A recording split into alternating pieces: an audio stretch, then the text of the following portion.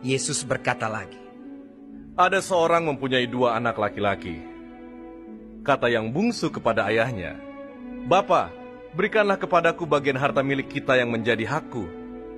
Lalu ayahnya membagi-bagikan harta kekayaan itu di antara mereka. Beberapa hari kemudian, anak bungsu itu menjual seluruh bagiannya itu lalu pergi ke negeri yang jauh. Di sana ia memboroskan harta miliknya itu dengan hidup berfoya-foya. Setelah dihabiskannya semuanya, timbullah bencana kelaparan di dalam negeri itu, dan ia pun mulai melarat. Lalu ia pergi dan bekerja pada seorang majikan di negeri itu. Orang itu menyuruhnya ke ladang untuk menjaga babinya. Lalu ia ingin mengisi perutnya dengan ampas yang menjadi makanan babi itu, tetapi tidak seorang pun yang memberikannya kepadanya. Lalu ia menyadari keadaannya. Katanya, betapa banyaknya orang upahan bapakku yang berlimpah-limpah makanannya, tetapi aku di sini mati kelaparan. Aku akan bangkit dan pergi kepada bapakku dan berkata kepadanya, Bapa, aku telah berdosa terhadap sorga dan terhadap Bapa. Aku tidak layak lagi disebutkan anak Bapa. Jadikanlah aku sebagai salah seorang upahan Bapa. Maka bangkitlah ia dan pergi kepada bapaknya. Ketika ia masih jauh, ayahnya telah melihatnya.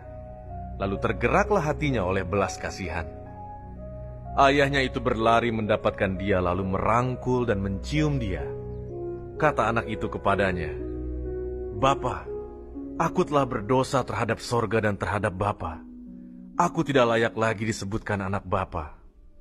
Tetapi ayah itu berkata kepada hamba-hambanya, Lekaslah bawa kemari jubah yang terbaik, pakaikanlah itu kepadanya, dan kenakanlah cincin pada jarinya, dan sepatu pada kakinya.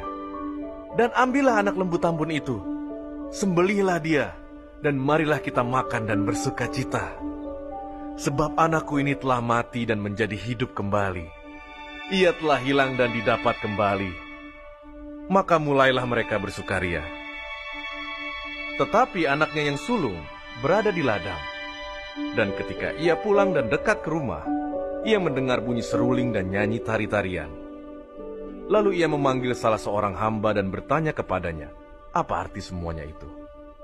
Jawab hamba itu, Adikmu telah kembali, dan ayahmu telah menyembelih anak lembu tambun, karena ia mendapatnya kembali dengan sehat. Maka marahlah anak sulung itu, dan ia tidak mau masuk. Lalu ayahnya keluar dan berbicara dengan dia. Tetapi ia menjawab ayahnya, katanya, Telah bertahun-tahun aku melayani Bapa, dan belum pernah aku melanggar perintah Bapa. Tetapi kepadaku, belum pernah Bapa memberikan seekor anak kambing untuk bersuka cita dengan sahabat-sahabatku. Tetapi baru saja datang anak Bapa yang telah memboroskan harta kekayaan Bapa bersama-sama dengan pelacur-pelacur, maka Bapa menyembelih anak lembu tambun itu untuk dia. Kata ayahnya kepadanya, Anakku, engkau selalu bersama-sama dengan aku, dan segala kepunyaanku adalah kepunyaanmu.